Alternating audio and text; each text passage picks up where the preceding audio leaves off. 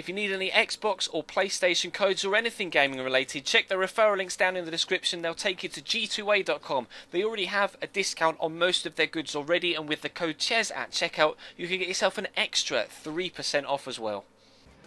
Hey guys, how's it going? Chez back again, and welcome to episode number 36 of the Inter Milan career mode here on FIFA 15. We picked up some very good results yesterday. I won't spoil the scores for you if you haven't seen it, but definitely recommend that you check yesterday's video out before heading into today's, just in case I accidentally let slip the result and it does spoil it. So you know what I'm like. I most probably will end up doing that at some point during this video. But we're hoping to continue our good form with a game here against Chievo Verona, and obviously they're quite a tough side. They gave us a very difficult game this time last year, and I'm hoping that the improvements we've made to the first team will help us have a better time of things this time around. Obviously, as you can see, it's a bit of a rotation side. A few not necessarily first team players in there, like Ranocchia, like Lucas Romero are obviously new signing as well, and Brozovic. But Gökhan Torre is first team, of course, out on that right hand side, and Mateo Kovacic is going to actually have the first chance of the game here. Lovely Ronaldo chop to beat the defender, and actually an even better finish. Really nicely drilled into the bottom corner, and after 3 minutes,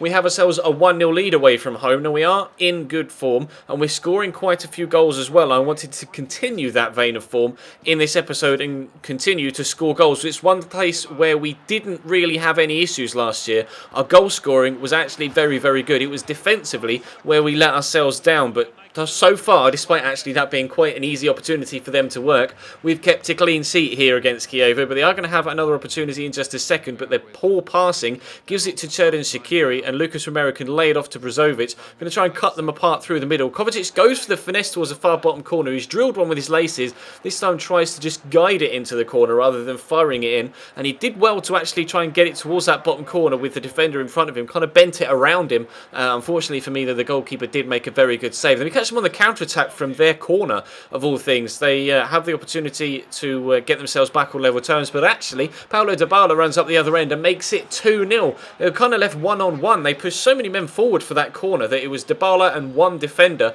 that were left in their half, and then it was just a case of trying to make sure I made the right move at the right time to get around him, firing it through the keeper. Perhaps a little bit lucky with the way that it went into the back of the net, but their goalkeeper will definitely be disappointed. But I'm not disappointed because I have a 2-0 lead, and we're actually going to try and get ourselves a third here. I thought I'd try and angle it towards the middle of the box. And the amount of times you see free kicks taken in real life from that sort of position where nobody touches it and it just flies into the bottom corner on the far side as everybody just kind of waits for someone else to take a touch, and then the goalkeeper reacts too late. But this time there was someone on the end of it. It was Mauro Icardi, a very well worked set piece to give us a third goal, and of course, as you can see on screen, a 3-0 final scoreline. So 3 points in the league. Thank you very much indeed. Let's jump into a second game in Serie A, shall we? Again, away from home, having to travel to Catania now. I'm not actually too sure where in Italy Catania is, or where Catania are. I don't know whether it's actually based in another city at all. My unfortunately, my knowledge of Serie A isn't actually that strong, or the geography of Italy. I do apologise. Obviously, if you could let me know in the comments, then that would be very much appreciated. I always do like to try and learn as much as possible about a league and a country when I'm kind of managing in that place.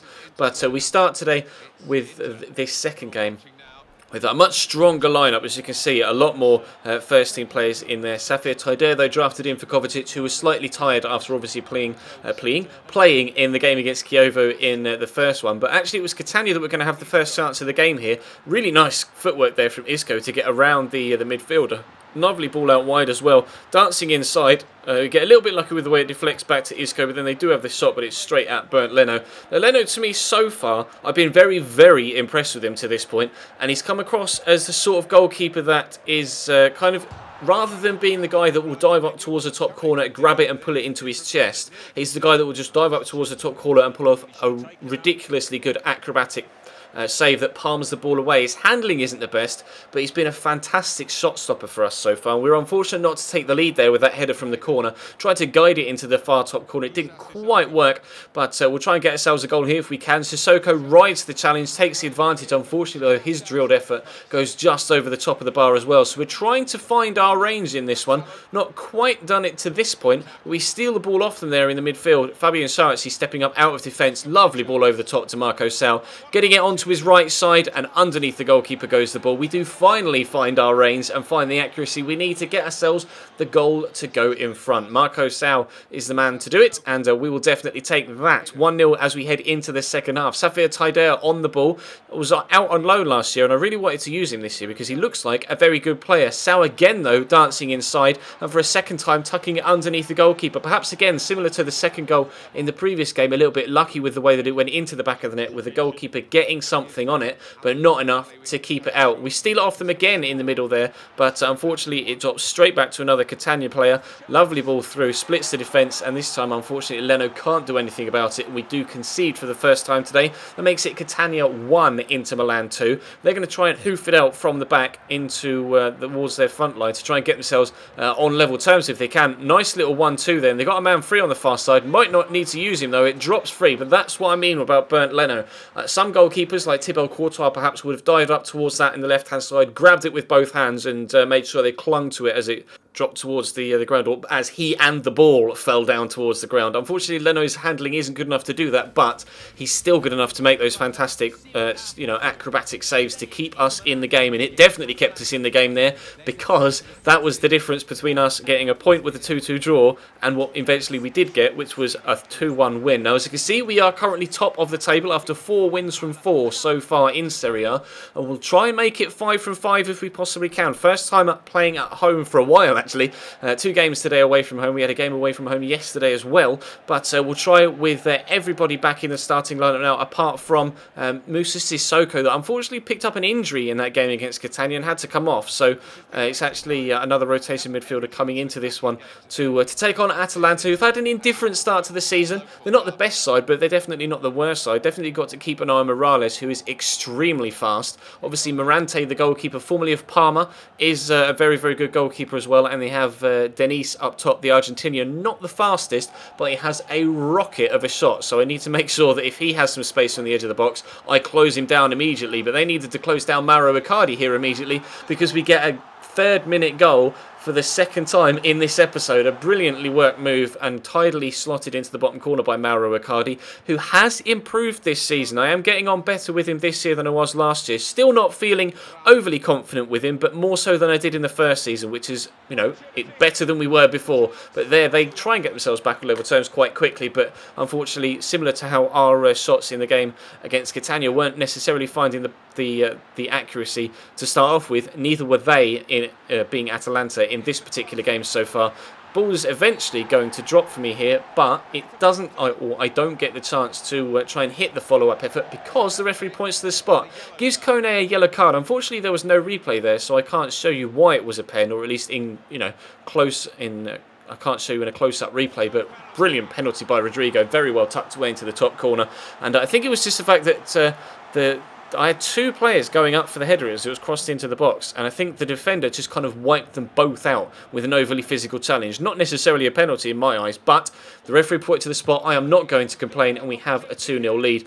Trying to scramble the ball away here, though. Atalanta were actually a very good side, but we have a corner up the other end again. Trying to get ourselves a 3rd if we can and put the game really to bed. Drops to Kovacic here. Try the finesse shot, similar to how we had a couple of shots in the first game, and tried to finesse it into that bottom corner, but the goalkeeper did very well to cling onto it. And that's what I mean when Leno doesn't do that. He would have palmed that around the post either for a corner or back out towards a defender to try and clear it at the second attempt. But then they get a penalty as we head towards the end of the second half. It was Alvarez Balanta. I tried to clear the ball, and rather than clear the ball, he did a slide tackle whilst the ball was bouncing in mid-air. So definite penalty as far as I'm concerned.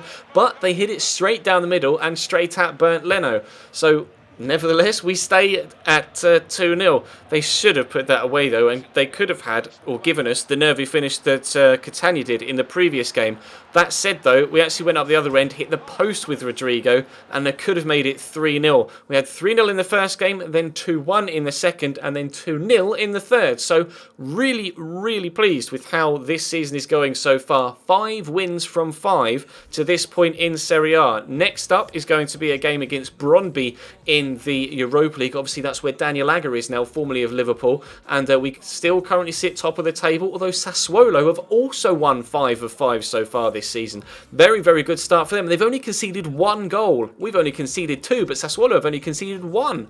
We've obviously stayed top on goal difference, as you can see, +8 to their +7, but it's been a very good start to the season for us so far, but we have to keep this going. Obviously, we started well last year and ended up finishing down in 4th position and outside the Champions League spots. I want to get Champions League football this year, or at least, qualify for Champions League football for next year. I want to finish top 3 as a minimum, if not really put up a serious title challenge, but we'll have to see how that goes throughout the remainder of this season. And that will bring today's episode to a close. Thank you very much for watching, guys. Obviously, there'll be a My Player episode later on tonight, so you can enjoy that around about 8 PM, and I'll be streaming Football Manager over on twitch.tv/Chesnoy Gaming later on this evening as well. So follow the links in the description to that and to my Twitter as well if you want to follow me over there. But for now, that'll bring today's episode to a close. So thank you very much for watching, and I'll see you next time.